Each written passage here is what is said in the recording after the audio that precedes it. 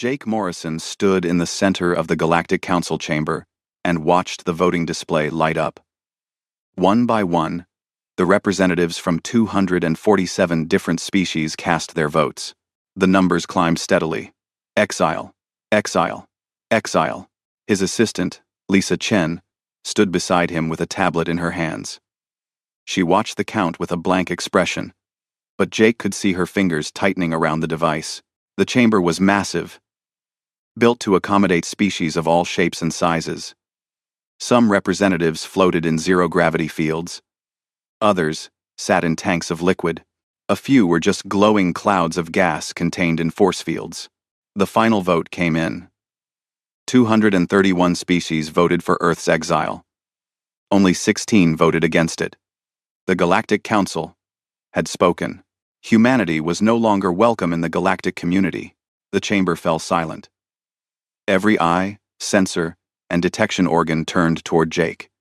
The council leader, a being made of living crystal that refracted light into rainbow patterns, leaned forward.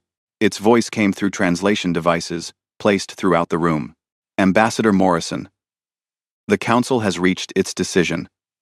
Humanity is hereby exiled from the galactic community. All human vessels, stations, and citizens must leave council space within 30 days. Do you have anything to say? Jake looked around the chamber one more time. He saw fear in some faces, satisfaction in others. A few species looked uncomfortable, like they had just done something they would regret. He took a deep breath and smiled.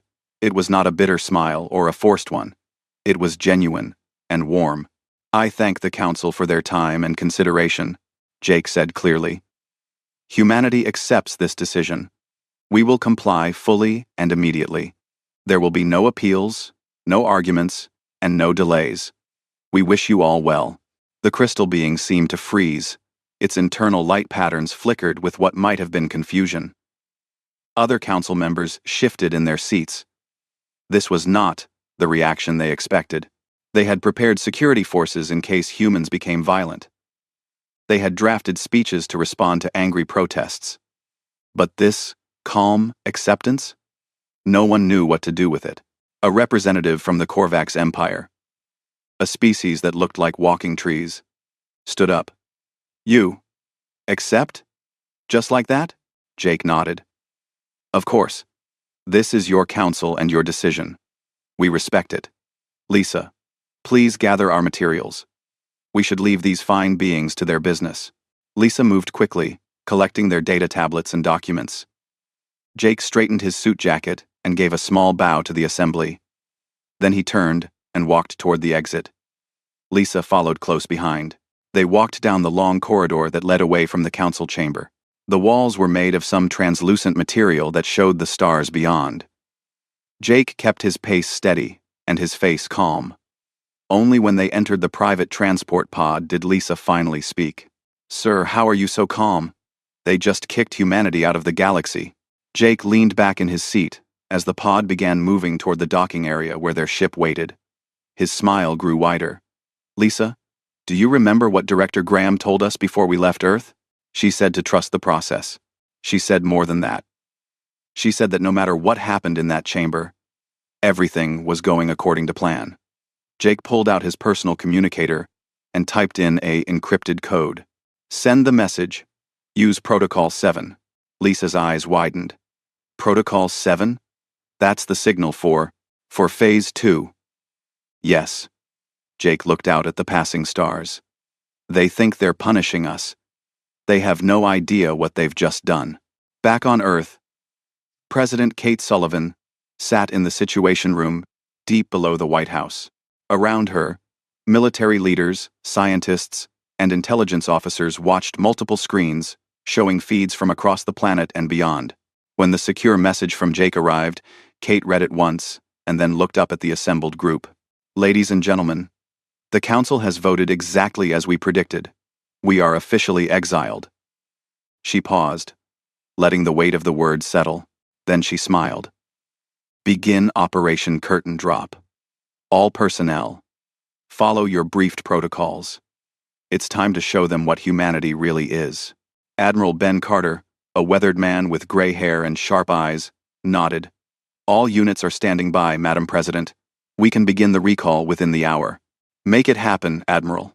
Across human space, messages began flowing out through encrypted channels. Every human ship, station, and outpost beyond the solar system received the same order. Come home. Not in a week or a month. Now, Captain Ryan Webb was aboard a cargo vessel near the Deneb sector when the message came through. He read it twice to make sure he understood correctly. Then he turned to his crew. You heard the order. Plot a course for Earth. Maximum speed. Dump any cargo that slows us down. His first officer, a young woman named Maria Santos, looked confused. Sir, we have contracts.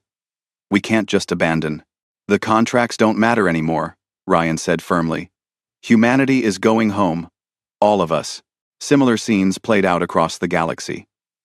Human miners working on asteroid colonies packed their equipment. Diplomats, working in alien cities, quietly closed their offices.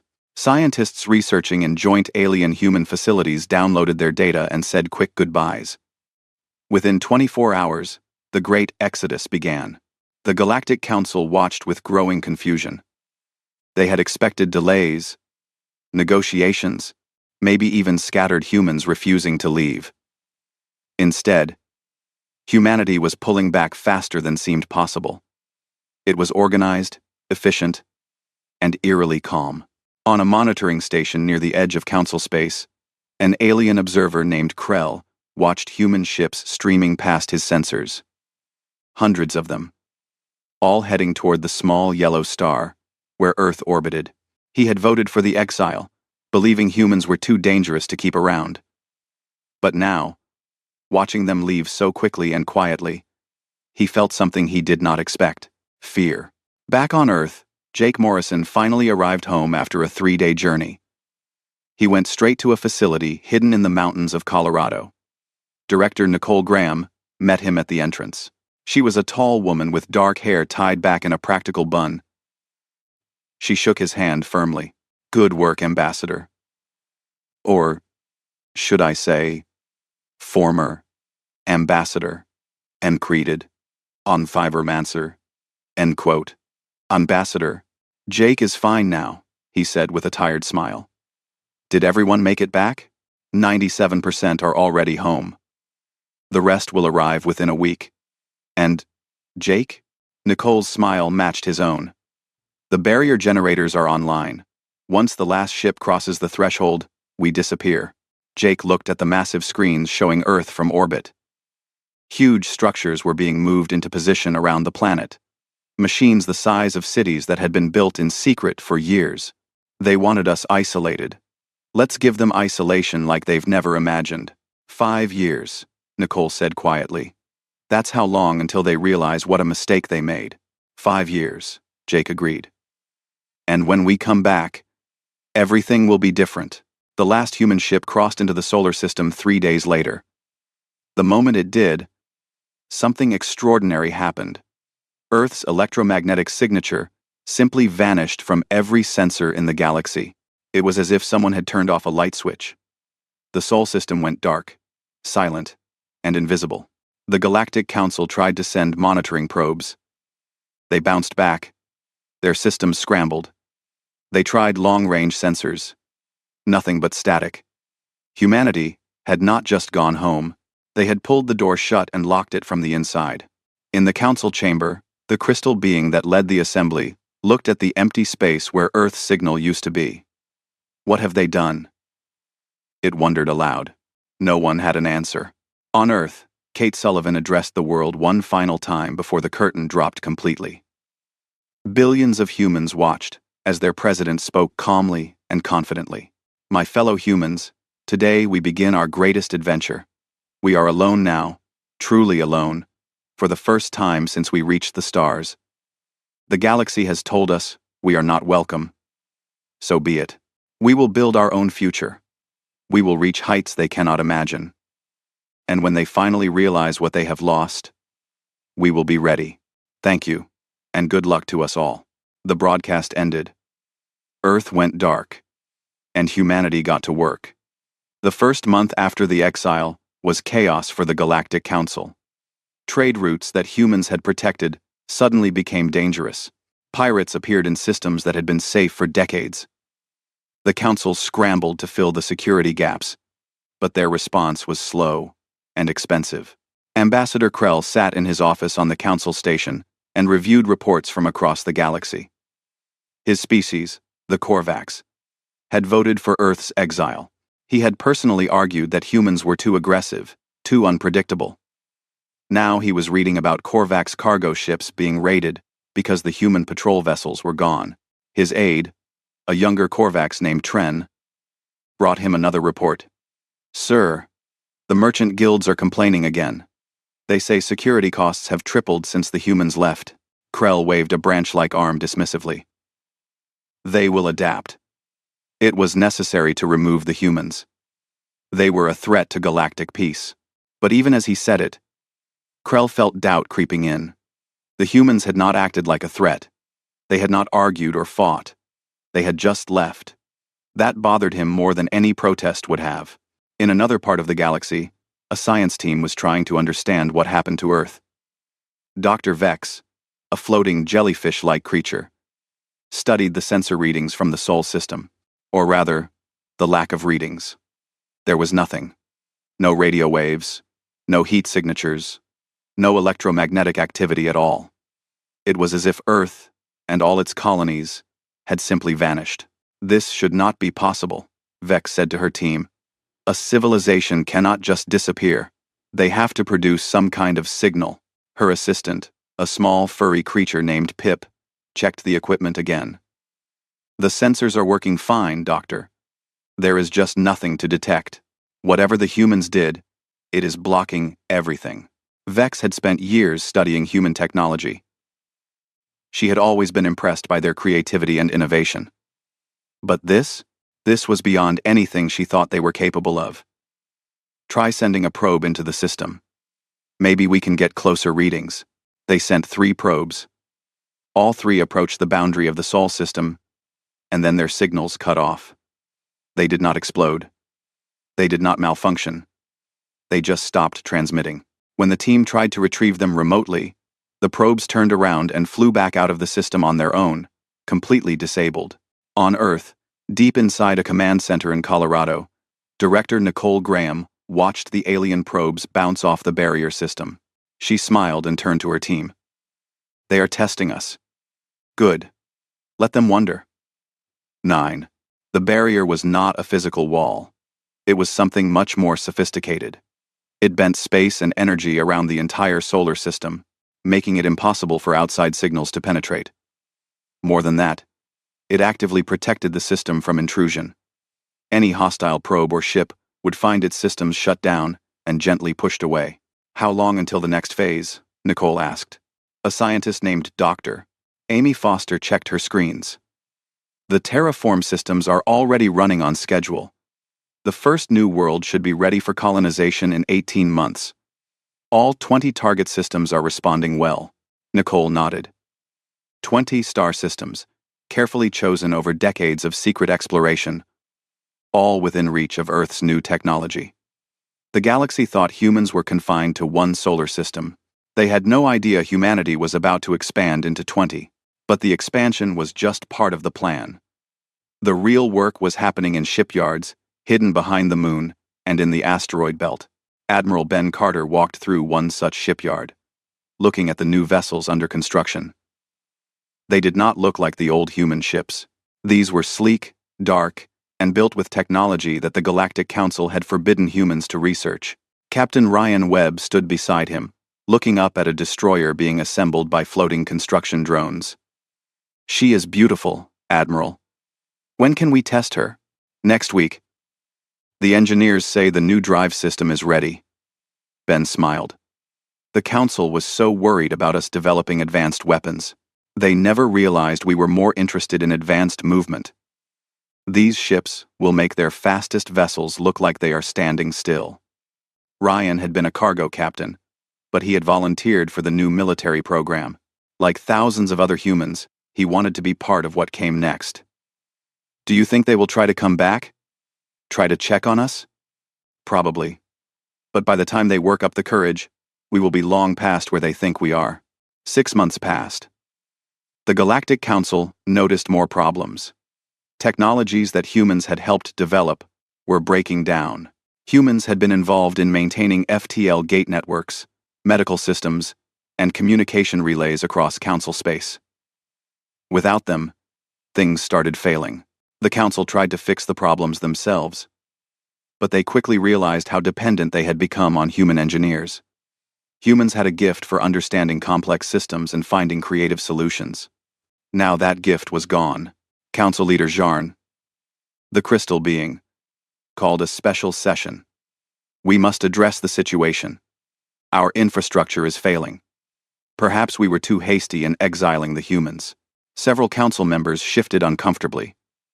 Admitting they made a mistake was not easy, but a few voices spoke up, including some who had voted against the exile originally. A small flying creature named Ambassador Lyra rose to speak.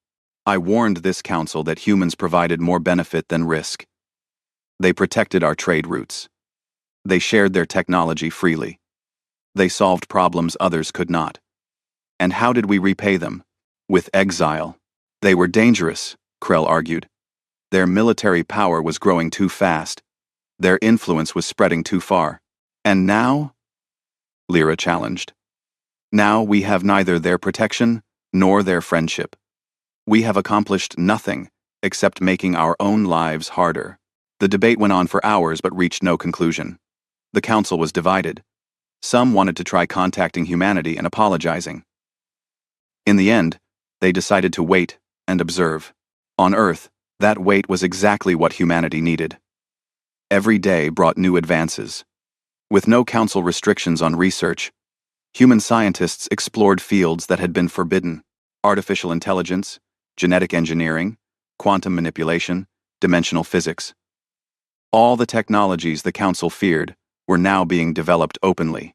Jake Morrison, no longer an ambassador, now worked as a liaison between the civilian government and the military.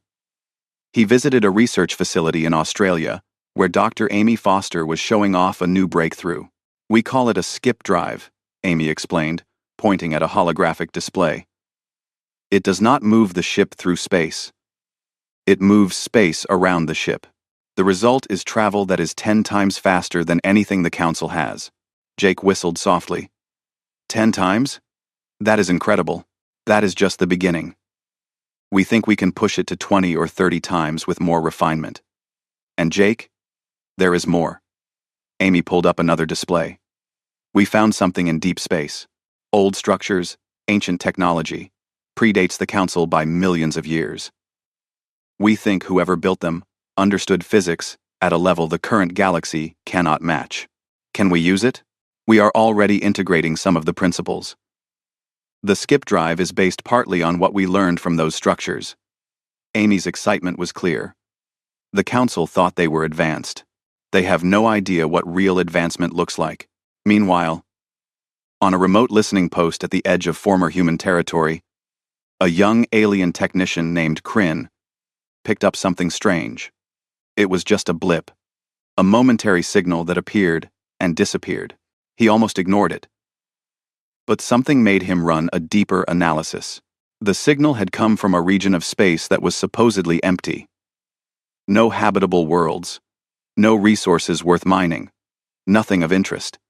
Yet the signal had been there, just for a second, and when Kryn analyzed its structure, he found something shocking. It had human characteristics. He reported it to his supervisor, who dismissed it as sensor noise. But Kryn kept watching. Over the next few weeks, he detected 3 more brief signals from different empty regions of space. Always quick. Always in places where nothing should be. What Kryn did not know was that he was detecting humanity's expansion. The signals were not mistakes. They were test transmissions from the new colonies being built in secret across 20 star systems. Humanity was not hiding in the Sol system. They were spreading out, growing stronger, and preparing for something the galaxy could not imagine. Back on Earth, President Kate Sullivan met with her top advisors. It had been 8 months since the exile. In that time, humanity had made 5 years' worth of progress. The new ships were almost ready. The colonies were being populated. The research programs were yielding breakthrough after breakthrough. How much longer? Kate asked Nicole Graham. 4 years, maybe less.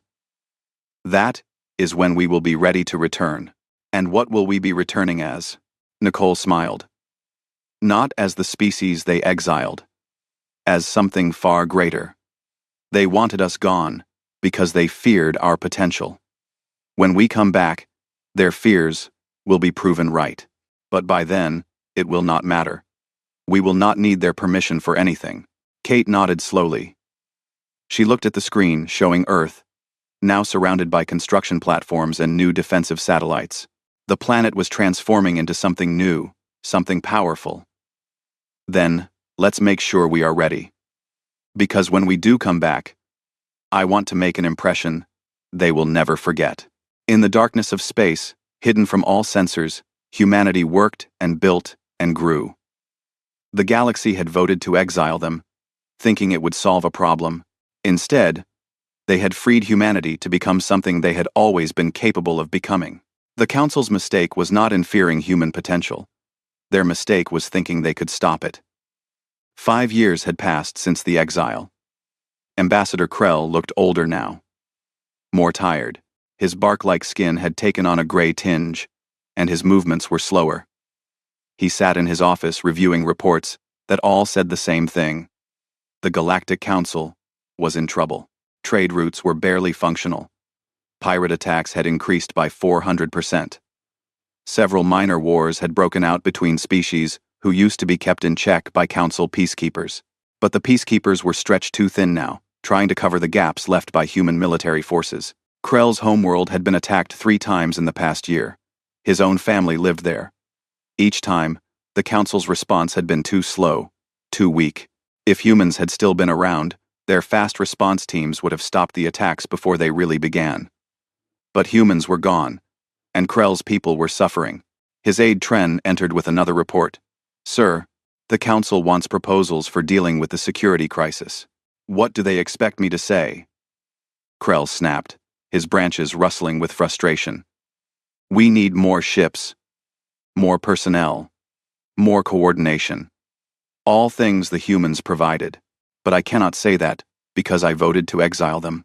Perhaps, Tren said carefully, we could try to contact them, ask for their help. Krell was quiet for a long moment. Then he nodded slowly. Perhaps.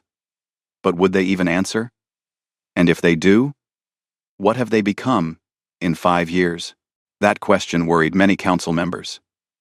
Earth had gone completely silent. No signals. No communications. Nothing. A few brave expeditions had tried to approach the Sol system, but all had been turned back by the strange barrier. The humans were in there somewhere, but what they were doing was a complete mystery. Far from the Council's troubles, a young pilot named Chris Palmer was flying a small exploration ship through an uncharted sector. He was a freelancer, taking odd jobs, mapping systems that corporations might want to exploit later. It was boring work, but it paid well. His sensors picked up something unusual.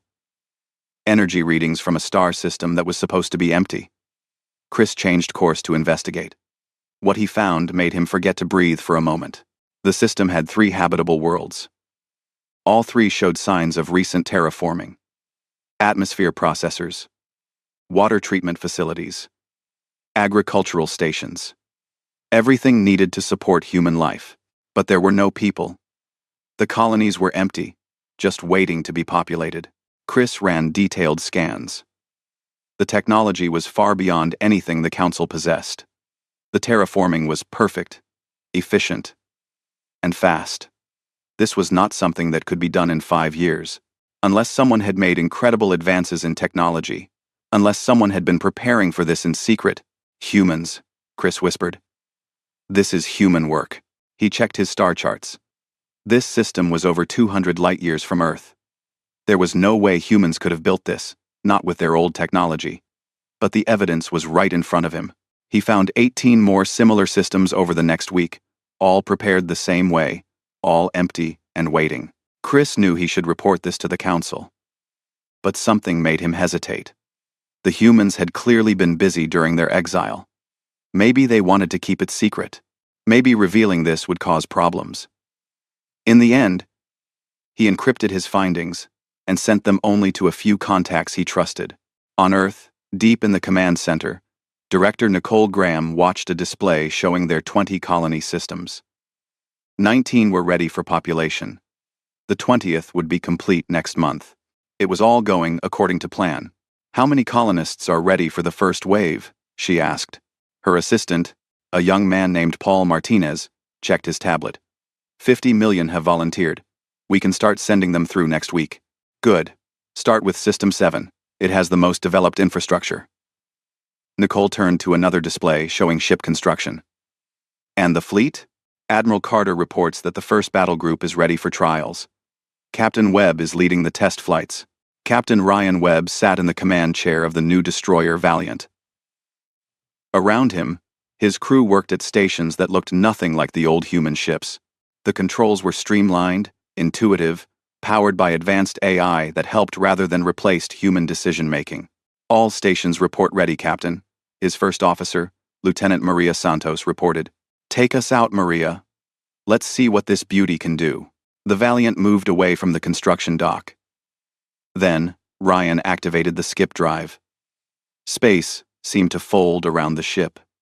One moment they were near Earth. The next, they were at the edge of the solar system. The journey that used to take hours happened in seconds. Ryan laughed with pure joy. "Now that is speed. Take us to System 7. Full skip." The ship jumped again. They crossed 200 light-years in less than a minute. The crew was silent, awed by what their new technology could do. When they arrived at System 7, Ryan looked at the prepared colony world below and felt pride swell in his chest. "This is what we built while they thought we were hiding," he said quietly. "This is what humanity can do when we are free to reach our potential." Back on the council station, Ambassador Krell made a difficult decision. He approached Council Leader Jarn privately. "We need to contact Earth. We need to ask for help." Jarn's crystalline body pulsed with uncertain light patterns. "The Council is divided on this. Many still believe we made the right choice exiling them." "Then those members are fools," Krell said bluntly. "My world is suffering. Dozens of worlds are suffering. The humans understood something we did not. They understood that someone needs to be strong enough to protect the weak. We thought we could do it ourselves. We were wrong. If we contact them, we show weakness. We admit our mistake." "Yes," Krell agreed. "And that is exactly what we need to do. Pride has kept us from doing what is necessary. But I will not let pride cause more of my people to die." Other council members were having similar conversations. The small flying creature, Ambassador Lyra, gathered those who had voted against the exile. They formed a coalition, pushing for contact with Earth. The debate grew heated. Some species threatened to leave the council entirely if humans were invited back. Others threatened to leave if they were not. The crisis came to a head when the reports arrived about something called the Devourer Swarm. A massive fleet of machine ships had entered council space from beyond the galactic rim. They did not communicate. They did not negotiate. They just consumed everything in their path. The first world they hit was a peaceful colony of farmers. The swarm arrived and in 3 days had stripped the planet of all resources, all life, everything. They left behind a dead rock and moved to the next target. The council sent its military forces. The battle was a disaster. Council ships were slower, their weapons less effective, their tactics outdated. They had not fought a real war in generations. The swarm tore through them like paper. In 2 weeks, 5 worlds were destroyed. Billions of lives lost. The council was in full panic mode. They tried everything they could think of, but nothing worked. The swarm adapted to every tactic, learned from every engagement, and kept coming. Council leader Jarn finally called an emergency session. The chamber was filled with fear. Some representatives were missing, having fled back to their homeworlds. Those who remained looked desperate. "We have no choice," Jarn announced. "We must contact Earth. We must ask humanity for help." The vote was not even close this time. 215 species voted yes. Only 12 voted no. The rest abstained. Krell volunteered to lead the delegation. Despite his earlier support for the Exile, he felt he owed humanity an apology. And perhaps his guilt would make his plea more honest. 3 ships left the Council station heading for the Sol system. Krell was aboard the lead vessel, with a small crew and a few other ambassadors who had voted against the Exile. As they approached the barrier around Earth, Krell sent out a message on all frequencies. "This is Ambassador Krell of the Galactic Council. We come in peace. We seek to speak with humanity on a matter of urgent importance. Please, respond." For a long moment, there was nothing. Then the barrier opened, just a small gap, and a voice came through. It was calm, professional, and entirely in control. "This is Earth Defense Command. State your business, Ambassador." Krell felt a chill. The voice was not hostile, but it was not friendly either. It was the voice of someone who held all the power and knew it. "We need help. There is a threat to the entire galaxy. We are here to request humanity's assistance." Another pause. Then, "You may enter. Follow the navigation beacon. Any deviation from the prescribed course will result in your immediate removal from the system. Do you understand?" 1. "We understand." The gap in the barrier widened. Krell's ship moved forward, and what he saw on the other side made his branches go rigid with shock. Earth was surrounded by structures that dwarfed anything the Council had ever built. Orbital rings circled the planet, connected by massive elevators. Thousands of ships moved in organized patterns. Defensive platforms bristled with weapons that looked far too advanced. But it was not just the scale. It was the confidence. Everything about what he saw spoke of a civilization that had not been hiding in fear. This was a civilization that had been building, growing, and becoming stronger than anyone imagined possible. "What have you become?" Krell whispered. A human ship approached, sleek and dark. It moved with grace that seemed to defy physics. Lieutenant Hannah Brooks's voice came over the comm. As Krell's ship was escorted toward Earth, he realized the terrible truth. The Council had not exiled humanity to protect the galaxy. They had freed humanity to become what they were always meant to be. And now the galaxy needed them, needed their strength, needed their protection. He hoped humanity would be willing to help. But more than that, he hoped they would be willing to forgive. Ambassador Krell walked through the halls of what humans called Unity Station, the massive orbital facility above Earth. He had visited Earth before, back when humans were still part of the Council. But this was different. Everything was different. The walls were made of materials he did not recognize. The lighting adjusted automatically as he passed. Humans walked by with confidence in their steps, wearing uniforms that looked both practical and impressive. No one seemed nervous or uncertain. They moved like people who knew exactly what they were doing and where they belonged. A young woman with dark hair approached. She wore a simple gray suit with a small Earth emblem on the collar. "Ambassador Krell, I am Laura Patterson. I will be your liaison during your visit. President Sullivan is ready to see you now." Krell recognized the name. Laura had been a junior diplomat 5 years ago, one of the few who voted against the Exile. "Miss Patterson, thank you for receiving us. I remember you from the Council." Laura smiled slightly. "I remember you too, Ambassador. You gave a very passionate speech about why humans were too dangerous to remain in the galactic community." The words were not said with anger, but they still stung. Krell's branches drooped slightly. "I was wrong. I hope you know that I have come to regret my words. Many people have regrets, Ambassador. The question is what we do about them." Laura gestured down the corridor. "This way, please." They entered a conference room with large windows showing Earth below. The planet looked different too. The orbital rings were visible even from here. Massive structures connecting dozens of stations. Krell could see ships of all sizes moving in perfect coordination. President Kate Sullivan stood looking out the window. She turned as they entered, and Krell was struck by how much she had aged. 5 years had added lines to her face and gray to her hair. But her eyes were sharp and clear. This was a woman who had led her people through something extraordinary. Ambassador Krell, Kate said, walking forward. It has been a long time, Madam President. Krell bowed in the human fashion. Thank you for seeing me. I know we do not deserve your time or your help. Kate gestured to the chairs around a long table. Sit, please. Let's talk honestly. You said the galaxy is facing a threat. Tell me about this devourer swarm. Krell sat and pulled out a data device. He projected holographic images showing the swarm's attacks. Kate watched in silence as world after world was stripped bare. When the presentation ended, she leaned back in her chair. How many worlds have been lost? 7, as of this morning. The swarm is moving deeper into Council space.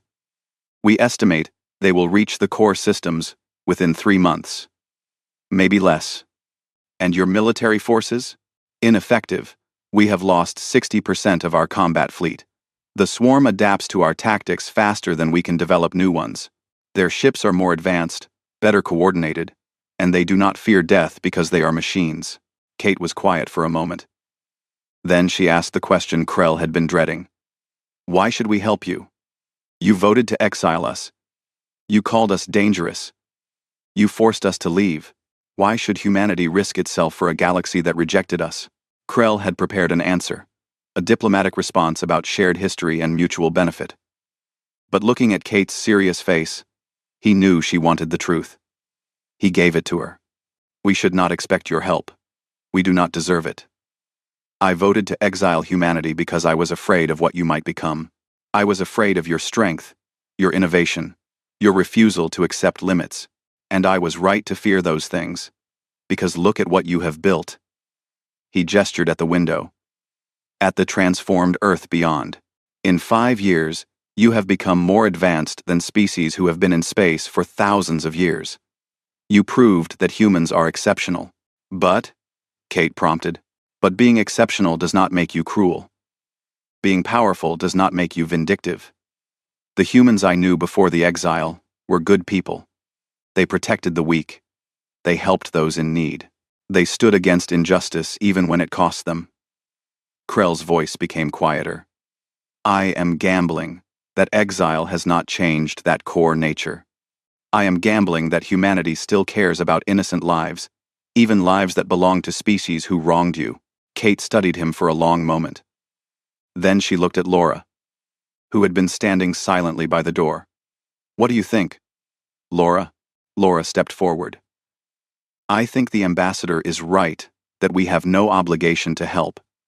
But I also think he is right about who we are. If we let billions die when we could save them, just because their leaders made a mistake, then we become exactly what they feared. We become cruel. We become the villains of our own story. Director Graham, Kate called out, and Nicole Graham entered from a side door. She must have been listening the whole time. Nicole walked to the table and placed her own data device down. We have been monitoring the swarm since they entered the galaxy. We knew about them before the Council did. Actually, our long-range sensors are much better than theirs. Krell felt embarrassed. Humanity had known and said nothing, but he could not blame them. Why would they warn a galaxy that had exiled them? Nicole continued. We have also been studying the swarm's behavior and technology. We believe we know how to stop them. 17 with no. We have also been studying the swarms. You do? The swarm is not mindless. They have a central intelligence coordinating their actions. It is distributed across their entire fleet, but there are key nodes that process most of the decision-making. If we can identify and destroy those nodes, the rest of the swarm will become disorganized. They will stop being an unstoppable force and become just another enemy that can be defeated. Kate turned back to Krell. So we can help. The question is, should we? Krell felt hope and fear mixing together. Madam President, I cannot give you a reason that would be fair or logical.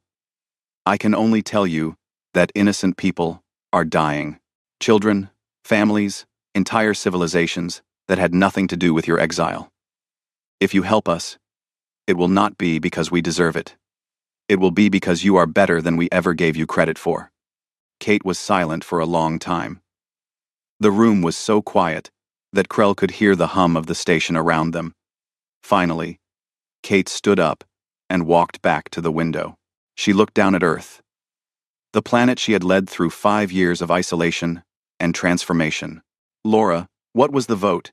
How many species voted to exile us?" 231, Madam President. "And how many of those species have colonies or worlds in the path of the swarm?" Laura checked her tablet. "Most of them. At least 160 species have populations at risk." Kate nodded slowly. Then she turned back to Krell. "I need to make something very clear, Ambassador. If humanity helps the Council, it will not be as a member seeking readmission. It will not be as a subordinate asking for approval. We will help as an independent power, an ally, not a servant." "I understand," Krell said quickly. "The Council will accept whatever terms you set. Will they?" Kate's voice had an edge now. "Because from what I understand, many Council members still think they made the right choice, exiling us. Some of them fear us even more now that they see what we have become. Are you sure they want our help? Or do they just want to use us to solve their problem and then exile us again?" The question hung in the air. Krell realized she was absolutely right to ask it. There were Council members who still distrusted humanity, who would want them gone as soon as the crisis was over. How could he promise that would not happen? Before he could answer, Laura spoke up. "Madam President, perhaps we should make the terms explicit. Humanity helps stop the swarm. In return, we want recognition as a sovereign power with our own territory. No Council oversight. No regulations on our research. No limits on our expansion. We remain independent, but friendly." Kate smiled slightly. "You have been thinking about this." Laura. "Yes, ma'am.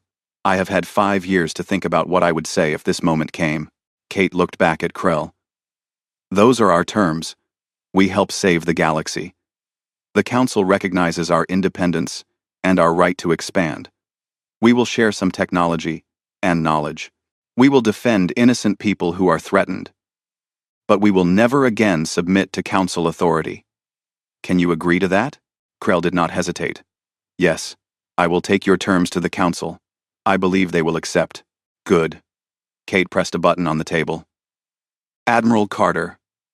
"Please, come in." Admiral Ben Carter entered, looking every bit the military commander. His uniform was crisp. His bearing, confident. "Madam President?"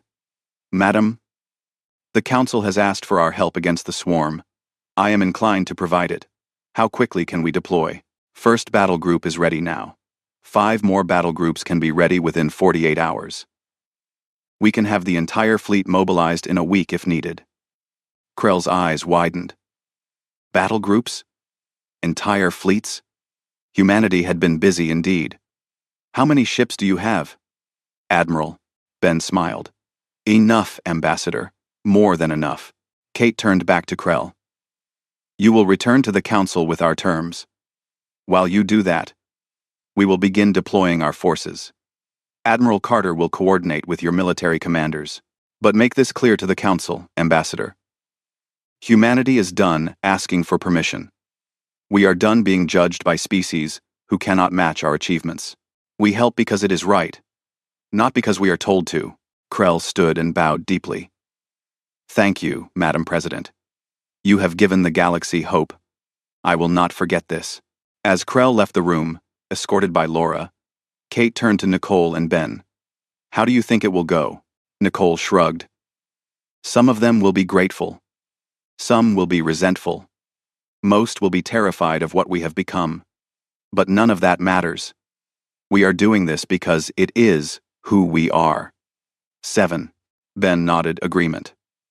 "And once they see our fleet in action, once they see what we are capable of, the galaxy will never look at humanity the same way again." End quote. "Once they see our creaser." Kate looked out at Earth one more time. 5 years ago, the galaxy had exiled them out of fear. Now humanity was returning. not as exiles seeking forgiveness, but as a power that the galaxy could not ignore. It was exactly what she had hoped for. Send the order, Admiral. Deploy the fleet.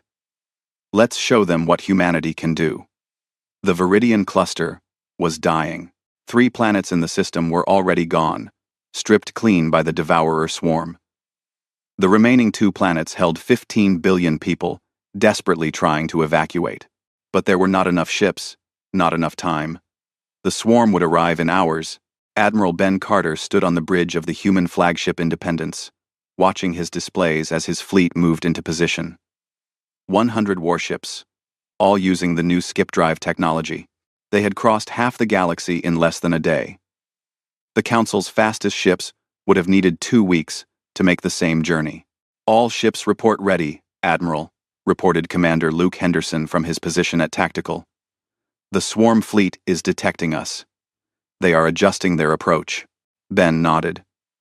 This would be the first time the galaxy saw humanity's new military capability. He wanted to make it count. Launch all fighters. Destroyers move to forward positions. Cruisers form the second line. Battleships hold back for heavy support. The fleet moved like a dance, each ship knowing exactly where to be. The Council military observers watching from a safe distance were stunned by the coordination. Human ships did not just fight together, they thought together. Advanced AI linked every vessel, creating a network of tactical awareness that the swarm could not match. The swarm ships emerged from faster-than-light travel. There were hundreds of them. All identical black spheres, covered in weapons and sensors. They had torn through Council fleets with ease. Now, they faced humanity.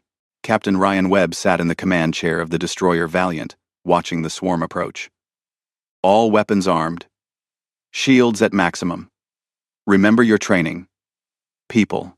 These things adapt fast, so we hit them hard and keep changing our tactics. The swarm opened fire first. Energy beams and missiles filled space. But the human ships moved in ways that seemed impossible.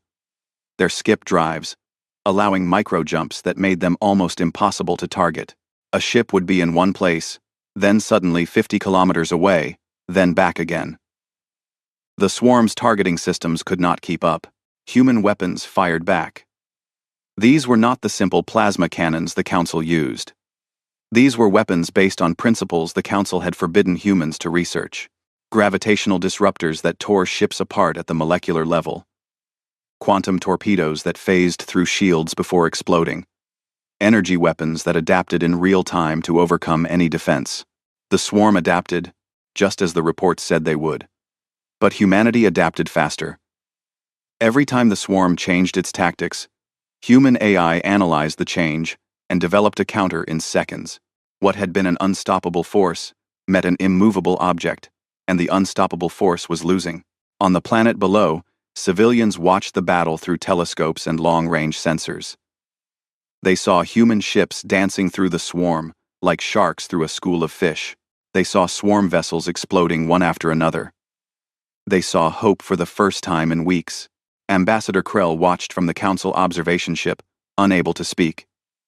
In 30 minutes, the human fleet had destroyed more swarm ships than the Council had managed in 3 months. And the humans were barely trying. They were learning, testing, experimenting with the swarm's capabilities. Incredible, whispered Ambassador Lyra beside him. They are not just fighting. They are studying their enemy in the middle of battle. Weed 70 to Scrime. In 70 to Scrime, Ben Carter watched the tactical display and allowed himself a small smile. Commander Henderson, I think we have enough data. Time to end this. Deploy the resonance network. 50 human ships suddenly changed their energy output, creating a synchronized frequency that covered the entire battlefield. The swarm ships began to shake. Their coordination broke down. They started firing at random, even hitting each other. Within minutes, the remaining swarm vessels were disabled or destroyed. The battle was over. The Viridian cluster was saved, and the galaxy had witnessed something it would never forget. Over the next 3 weeks, human fleets appeared in system after system where the swarm was attacking. Every battle ended the same way. The swarm could not adapt fast enough to human innovation. Their ships were destroyed, their advance was stopped, and worlds that had been hours from death were saved. But humanity did not just win battles. They shared something more important.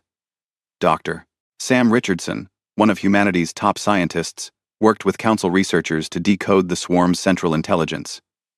They found the source code, the programming that drove the machines, and they found a way to shut it down permanently.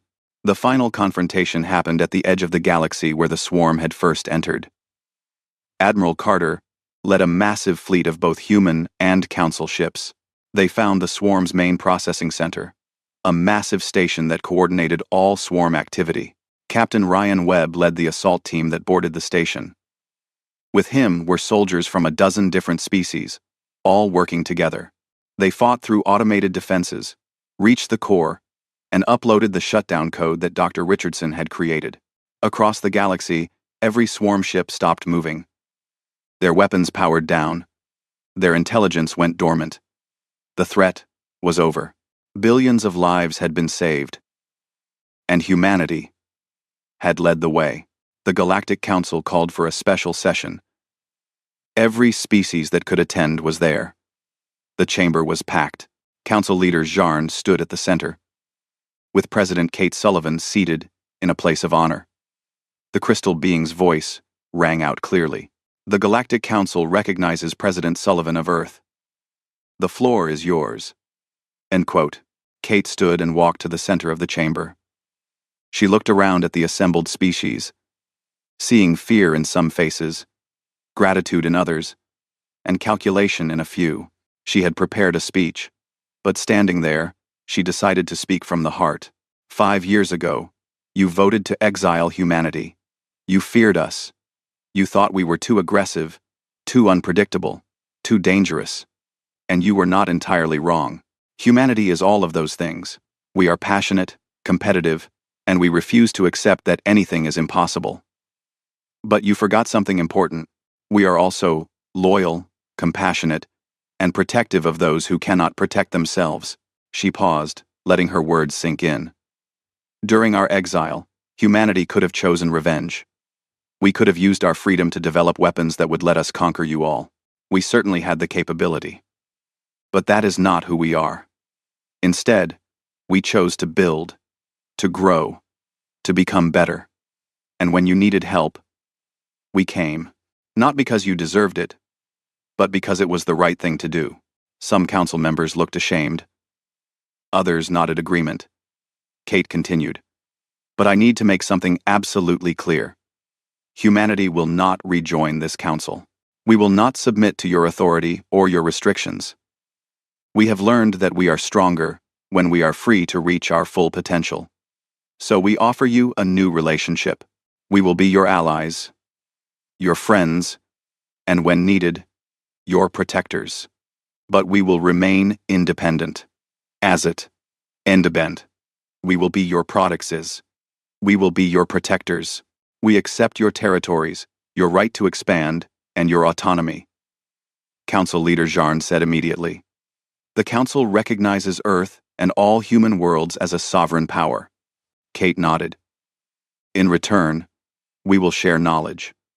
We will help defend innocent people from threats. We will trade fairly and honestly. But we will also continue to grow, to explore, and to push boundaries. If that frightens you, I am sorry. Ambassador Krell stood up. His voice was strong despite his shame. President Sullivan, on behalf of my people, and many others, I want to say what should have been said years ago. We were wrong. We judged you out of fear instead of trying to understand you. Humanity has shown more honor and courage in the past 3 weeks than many of us have shown in centuries. Thank you. I would see how them being. Other ambassadors stood and echoed his words. Not all of them, but enough.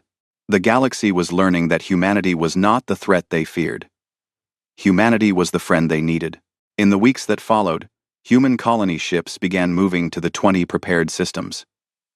Millions of people left Earth to start new lives on new worlds. The expansion that had been planned in secret was now happening openly. Within a year, humanity would have settlements across a significant portion of the galaxy. Trade agreements were signed. Defense pacts were negotiated. Human technology began flowing to council worlds. But carefully, with humans maintaining control over the most advanced systems, the galaxy would benefit from human innovation, but humanity would not be vulnerable to betrayal again. Ambassador Krell met with Jake Morrison one final time before Jake departed for one of the new colony worlds. They stood on an observation deck looking at Earth's orbital rings. "I still cannot believe you built all this in 5 years," Krell said quietly. Jake smiled. "We did not build it all in 5 years. We planned it for 20 years. We built the foundations for 10 years. The Exile just gave us permission to finish what we started. You freed us from council restrictions. In a way, you gave us the greatest gift possible. I did not mean to." "No, but you did anyway. And now humanity is what it was always meant to be. Strong, independent, and free." Jake turned to face Krell. "But not alone. We learned during our time in the council that the galaxy is better when we work together. We will never forget that lesson." Krell extended a branch, and Jake shook it in the human fashion. Two species that had been on opposite sides finding common ground. It was a small moment, but it symbolized the future. Years later, a young girl named Emma Chen stood on a platform on Earth, looking up at the night sky. She could see the orbital rings clearly, and beyond them, the lights of ships moving between the stars. Her grandfather, former Ambassador Jake Morrison, stood beside her. "Grandpa, do the aliens still think humans are scary?" Jake laughed softly. "Some of them do, Emma. But most have learned that there is a difference between scary and strong. We are strong. We are capable. We can do things others cannot. But we use that strength to protect people, not to hurt them." "Is that why they asked us to come back?" "They did not ask us to come back, sweetheart. We came back on our own terms. And that is the important part. We do not need anyone's permission to be who we are." Emma thought about that for a moment. Then she smiled. "I like that we are strong. It means we can help people." "Exactly." Jake looked up at the stars. At the future humanity was building. The galaxy tried to exile us because they feared our potential. But they learned something important. You cannot stop humanity by pushing us away. You can only stop us by destroying us. And anyone who tries to destroy us will learn what we are truly capable of. He looked down at his granddaughter and smiled gently. "When you treat humanity with respect, when you work with us instead of against us, there is nothing we cannot accomplish together." Emma nodded seriously, already understanding more than her young age would suggest. She was part of the new generation, the one that would grow up in a galaxy where humanity was respected and feared and admired, where human ships protected trade routes, human scientists solved impossible problems, and human diplomats worked to keep peace. The exile had been meant as a punishment. Instead, it became liberation. The galaxy voted to cast humanity out, thinking it would solve a problem. But all they did was set humanity free to become something greater than anyone imagined. And when the galaxy needed them most, humanity chose to return. Not as exiles begging for acceptance, but as equals demanding respect. The story of humanity's exile and return would be told for generations across countless worlds. And every time it was told, the lesson was the same. You can exile someone from your council. You can push them away from your civilization. But you cannot exile potential. And you cannot exile greatness. Those things will find a way to emerge, no matter how hard you try to contain them. Humanity had proven that truth beyond any doubt.